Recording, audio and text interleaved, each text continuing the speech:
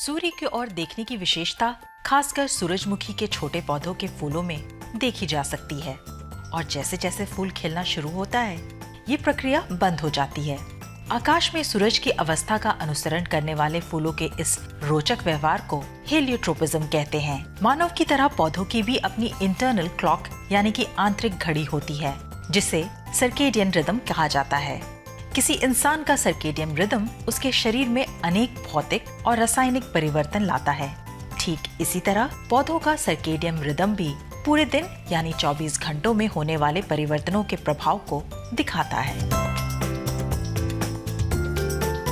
सूर्योदय से पहले छोटा सूरजमुखी का फूल सूर्योदय की दिशा यानी कि पूरब की ओर उन्मुख होता है और जैसे जैसे सूर्य पूरब से पश्चिम की ओर जाता है सूरजमुखी का पौधा भी पूरब से पश्चिम की ओर देखने लगता है।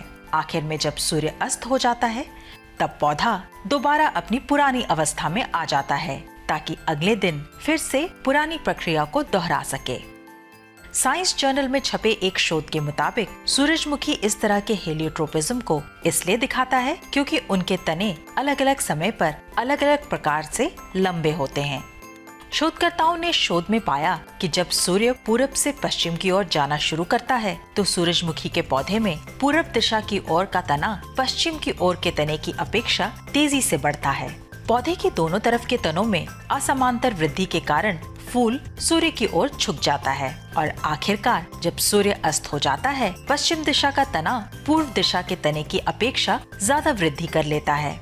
शोध को और भी रोचक बनाने के लिए शोधकर्ताओं ने पौधे के तने को एक मजबूत आधार से बांध दिया जिससे कि वो सूरज की स्थिति के हिसाब से न घूम पाए। साथ ही कुछ पौधों को उन्होंने सूर्य से दूर कर दिया जिसके बाद उन्होंने पाया कि इन पौधों का बायोमास घट गया और साथ ही सामान्य पौधों की अपेक्षा प्रयोग किए गए पौधों में पत्तियों का क्षेत्र भी कम हो गया।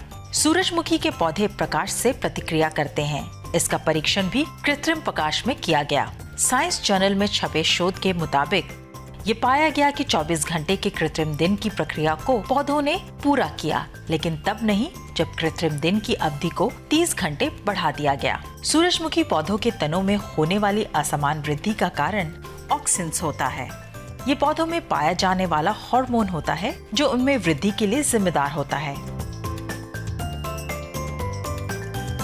सूरजमुखी के छोटे फूल में हेलियोट्रोपिज्म की विशेषता दिखाई देती है क्योंकि उनमें हरे ब्रैकेट्स होते हैं।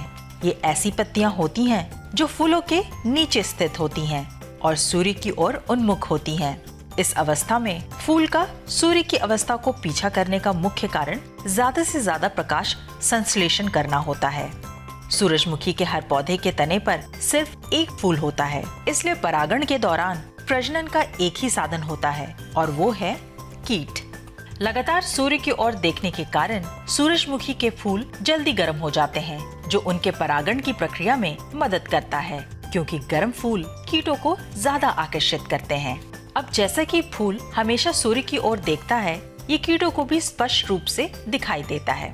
जब शोधकर्ताओं ने पूरब की ओर देखने वाले परिपक्व फूलों की तुलना पश्चिम की ओर मुड़ चुके फूलों से की तो उन्होंने रोचक परिणाम ये पाया कि पश्चिम की अपेक्षा पूरब की ओर देखने वाले फूल 5 गुना ज्यादा कीटों को आकर्षित करते हैं। इससे साफ होता है कि सूरज की ओर देखने की वजह से सूर्यमुखी के पौधों को प्रजनन में लाभ मिलता है।